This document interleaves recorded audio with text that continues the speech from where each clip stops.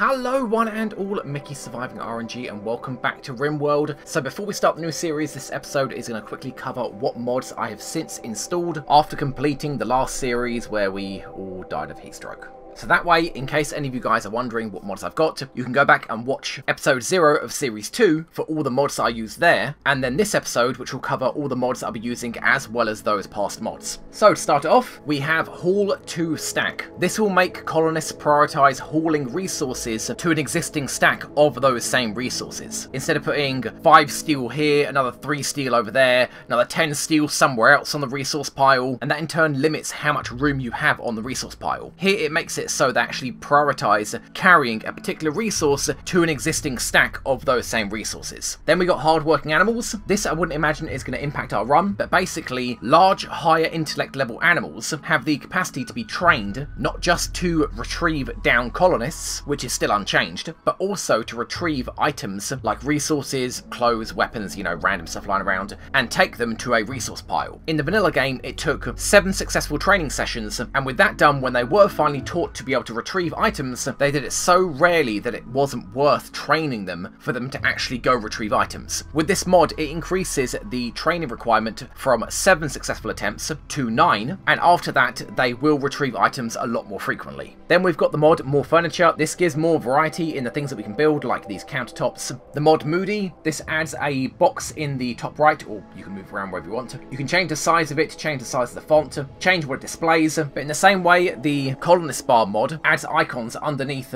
indicating what's wrong with them. This can also show that same information, but it's primarily used to show what mood they're in. This way you can keep an eye on somebody who is consistently low in mood and then do something about it, like giving them more recreation time or actually focus on whatever it is they're actually upset about. Then we've got Megafauna. This gives the chance of adding giant animals on the map. Think of them as boss versions of those animals. So if one of them gets triggered by an event to go on a rampage, we're probably going to be in a lot of trouble. Then we've got the Animals tab. It basically adds a tab on the bar at the bottom that says animals, and it lists out all the animals that you have and what state they're in, amongst other things. Then we've got miniaturization. This really bugged me about vanilla, that you could pick up and move furniture, but you couldn't pick up and move workbenches. This is what that mod does. It allows you to move workbenches instead of having to dismantle them and build them somewhere else. And when it's an important bench like, I don't know, a butcher's table or a cooking bench, and you're really tight on the resources and you can't afford to build another one, it's times like that that you get really frustrated and wonder why you can't simply pick up the bench and move it somewhere else like you would a bed or a giant table. Then we've got additional traits. It does exactly what the mod says. It adds a bunch of new traits to the random pool of possible traits a colonist can have. Then more mental breaks. Again, does what the mod says. When a colonist has a mental break, it adds a bit more variety in what they'll actually do when they break. Next mod is consolidated traits. This is another more traits mod. This is actually a pack of different mods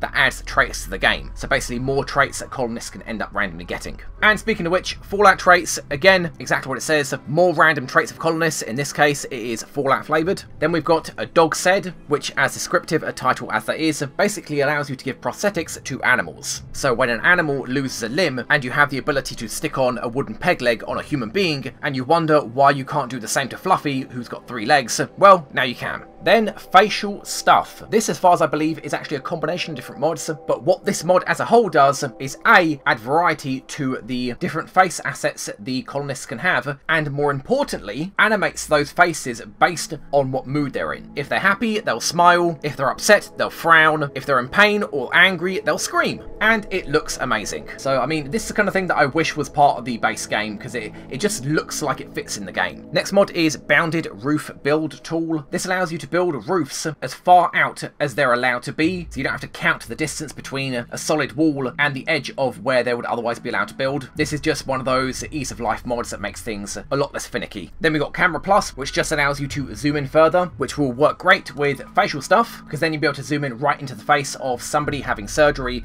and watch them screaming in pain while they're technically unconscious. Then we got Avoid Friendly Fire. This is exactly as it says. Colonists will stop shooting if another colonist is in their weapon arc and potentially can be shot. Then we've got the Allow tool. This is a combination of different tools like select all of the same type of object or prioritize hauling an object, things like that. All ease of life, which should make managing things a little bit easier. Then we've got the Wildlife tab. If the map is clear of enemies and you're desperate for food, there is now no longer a need to scour the map, strafing across with your mouse with the Hunt tool. Now you can go into into the wildlife tab, see what animals are available on the map, and pick and choose specifically what animals you want hunted. Ideally large but docile animals, because you may not want your colonists wasting time hunting a rat when one screen away there is like a deer or something. Then we've got refactored work priorities, which, as it says here, grants you additional control over colonists, as well as to their work priorities and schedules. Next up is easier growing zones. This allows you to choose what soil you want to place down a growing zone, instead of having to carefully place down a zone, say for example in a rich soil zone, or maybe you're in a barren land and there's no rich soil and there's primarily gravel. This allows you to choose soil and build just in the soil zone and not in the gravel zone.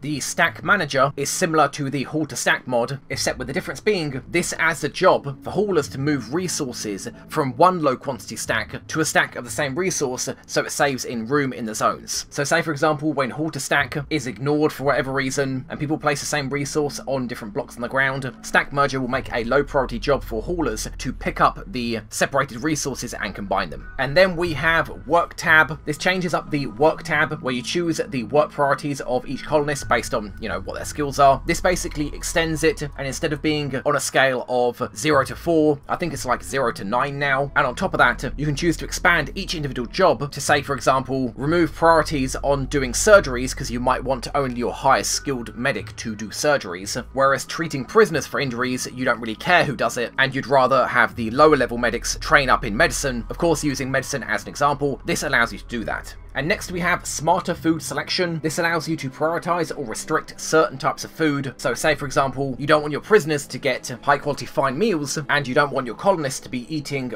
raw berries. This will allow you to assign those priorities. Then we've got I can fix it. Whenever an object is destroyed, a blueprint for that same object is laid down in the same place, so that say for example, when a block of wall is destroyed, there will immediately be a job for another block of wall of that same type to be placed in the exact same place. Then we've got the medical tab. This does exactly what it says. It adds a medical tab and gives information of all the people that you got in your colony, as well as prisoners and animals, and just basically shows what's wrong with them medically. Then we've got meal radius. This makes it so that just because a colonist is a little bit far away from a table, they won't simply just eat off the ground and then get the debuff for being unhappy that they ate off the ground. They'll go back to a table, ideally with a chair, sit, eat, and not be upset that they ate off the ground. Then we've got the mod replace walls. This makes it so that you don't have to destroy a wall to then replace it with a different material of wall. It'll all be the same job. Then we've got imprisonment on the go. This allows you to arrest enemies. Even if you don't have a prison available, you can just arrest them on the spot and treat them for their injuries there and then.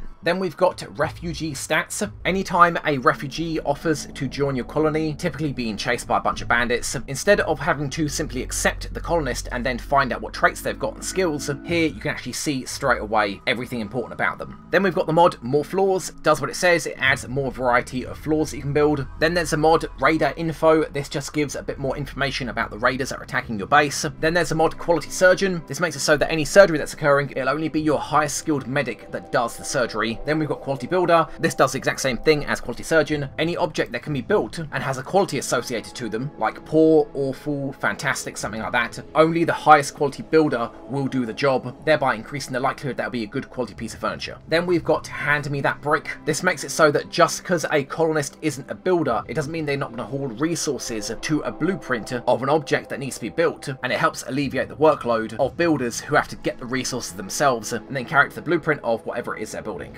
And speaking of blueprints, this mod allows you to save structures you've built in the game into a blueprint. So you might have built something particularly elaborate. This allows you to save it all, and then simply by clicking in the blueprints tab, find the blueprint that you saved, and then lay down the blueprints for the entire structure all in one go. Next mod is Copy Allowed Area. This simply adds a copy and paste button when it comes to zones, which is very useful if you want to copy a human's safe zone in case of a animal attack or toxic fallout and they need to stay indoors. You can copy and paste that zone, make an animal zone, and paste the exact same zone area for animals. Then we've got Cosmic Horrors Call of Cthulhu. This adds a bunch of horrors to the game. They will be tied to events. This is probably going to be one of the biggest gameplay changing mods. So as well as the Crash Landing and the zombies, the colonists are going to also have to deal with horrors. So So, fun times. Then we've got Jex Tools. I believe this is required for the Cosmic Horrors to work. And lastly, we have DINOSAURIA. This adds more variety to the wildlife in the game, specifically dinosaurs. So that is everything. I mean, to sum it up, it's primarily a lot of Ease of Life mods, with mainly 3 gameplay changing mods.